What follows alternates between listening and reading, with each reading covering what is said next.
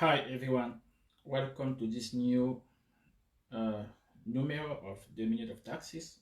Today we're talking about the follow-up of the previous numero of the minute of taxes.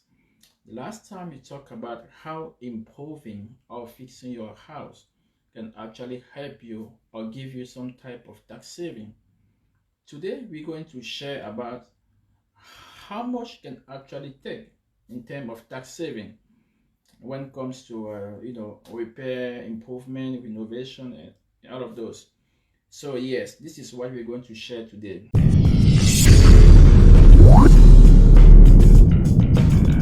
I'm not going to go into all the detail of what is a renovation, what is a solar panel, what is energy efficiency improvement.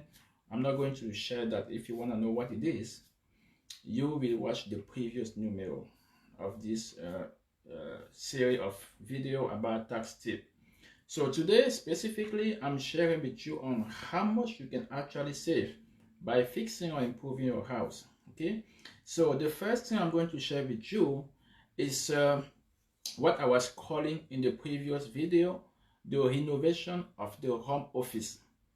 If you follow me, you will know that when you have an office, what is also called home office, there are so many advantages to it.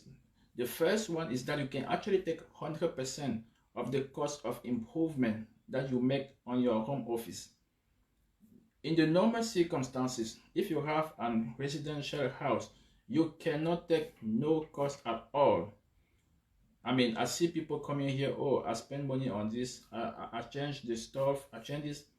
By law, you cannot take nothing, okay? But if it becomes your home office, then you can take up to 100% of it. Just by using one home in your house can actually give you a lot of tax saving, okay?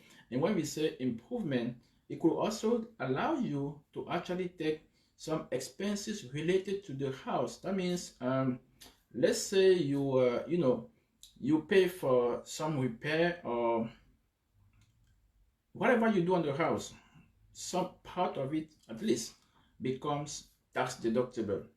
So this is a tax saving if you are using your house for business.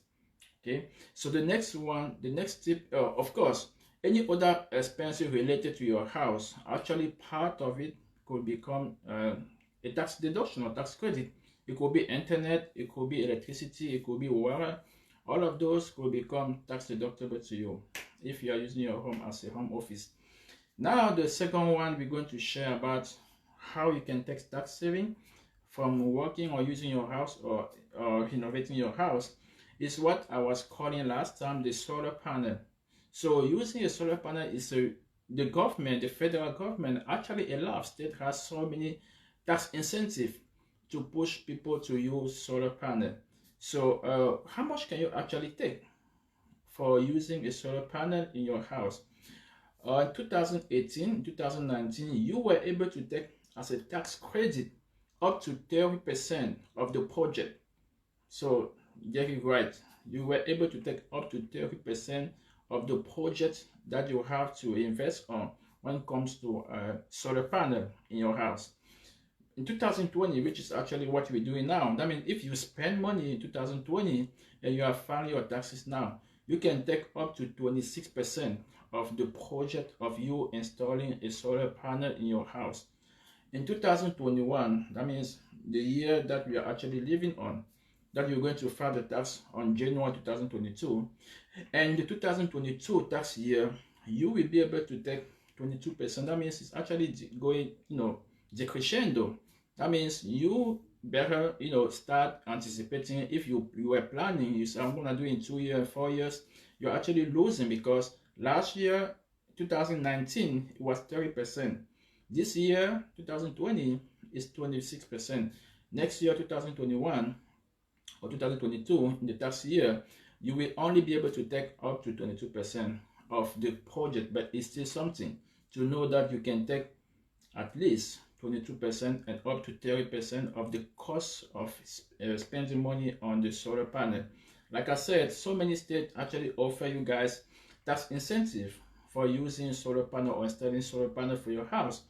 As example, the state of California offer up to 1,000 tax credit. Tax credit means that if your tax bill was 5,000, your tax bill becomes 4,000. That's what it means. So it's not a tax deduction, tax credit. So beside that, we know that in general, a standard cost for a solar panel is 16,000. That means if you are taking the credit, you can actually find yourself paying only around 11,000. That is like 5,000 saving. Like if you don't know what to do with 5,000, a lot of people might be in the need of this type of money. So the next one we're going to share is what I was sharing last time.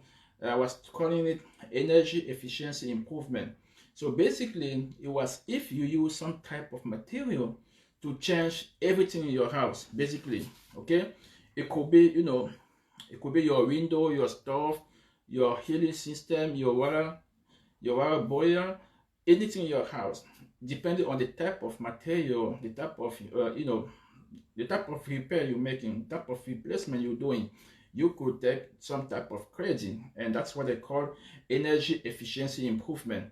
In that regard, the government, the federal government, gives you up to $300 tax credit for using energy efficiency water heater. Okay, so the government also gives you 10,000 of the cost, up to $500 for installing energy efficiency roof. So of course, everything that are listed, like a stove, window, you will get something. You just need to consult with a home improvement or realtor or a tax professional if he knows about those type of credit. He will advise you before you even start making those expenses. That's why I tell you, tax strategy, tax planning is about spending. It's not about making money. It's about what you're spending money on. That is how you save on taxes.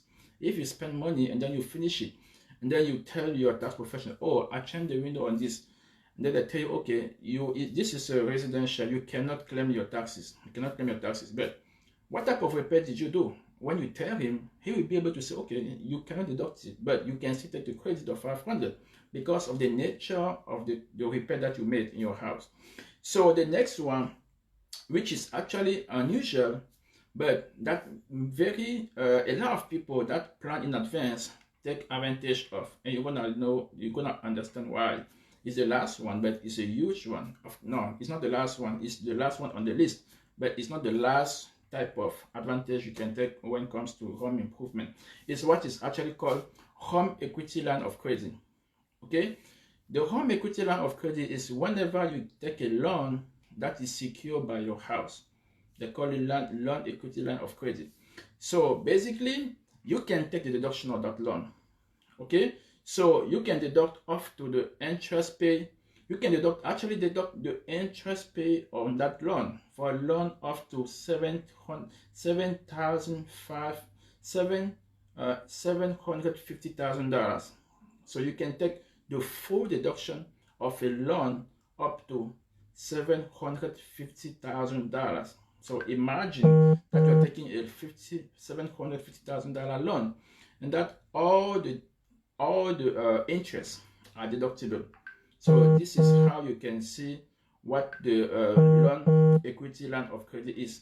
So basically, a homeowner can actually borrow up to 85% of the appraised value of their home and walk away with the cash for the renovation, right?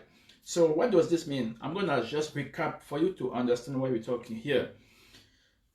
In general, in summary, it means that you want to fix your house. You don't even have the money, okay? You don't have the money, you don't have nothing. And you go there, you get the money first. You use your house to borrow the cash, right? You didn't have cash before. The bank didn't give you the money. I mean, you don't have a lot of credit card to, to go and swipe to pay all the material. You go to the bank, you get the money, you borrow the money using your house, right? That is called home equity line of credit.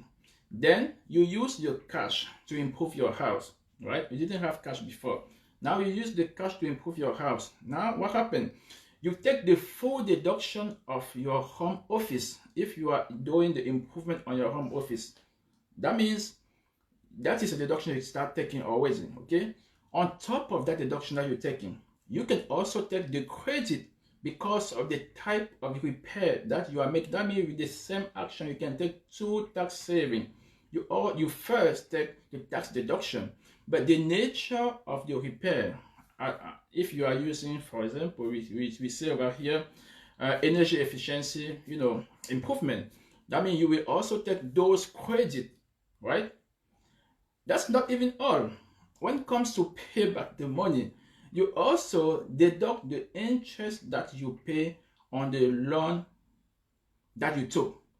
So let me know if this is not magical, if this is not like wonderful. Tell me what it is. So if you are a homeowner, I don't want you to thank you for watching this. The way for me, the way of thank me is just to subscribe to this channel if you're watching this on video on YouTube, or and share it with someone you think this video may help. Okay, this was Roussel for us. I hope as I meet you, I see you on the next video tomorrow for the next live of the Minute of Taxes. That was Roussel for us, your tax and accounting specialist. Ciao, see you tomorrow. So I believe that by now you have learned at least one thing that you didn't know about how to legally save in taxes. If you really need to know even more in depth of what you have learned, or even a different strategy of how you can do as a business owner, as a simple taxpayer, I will invite you to click on the link below to see all the other tools or training that I have available for you. See you in the inside.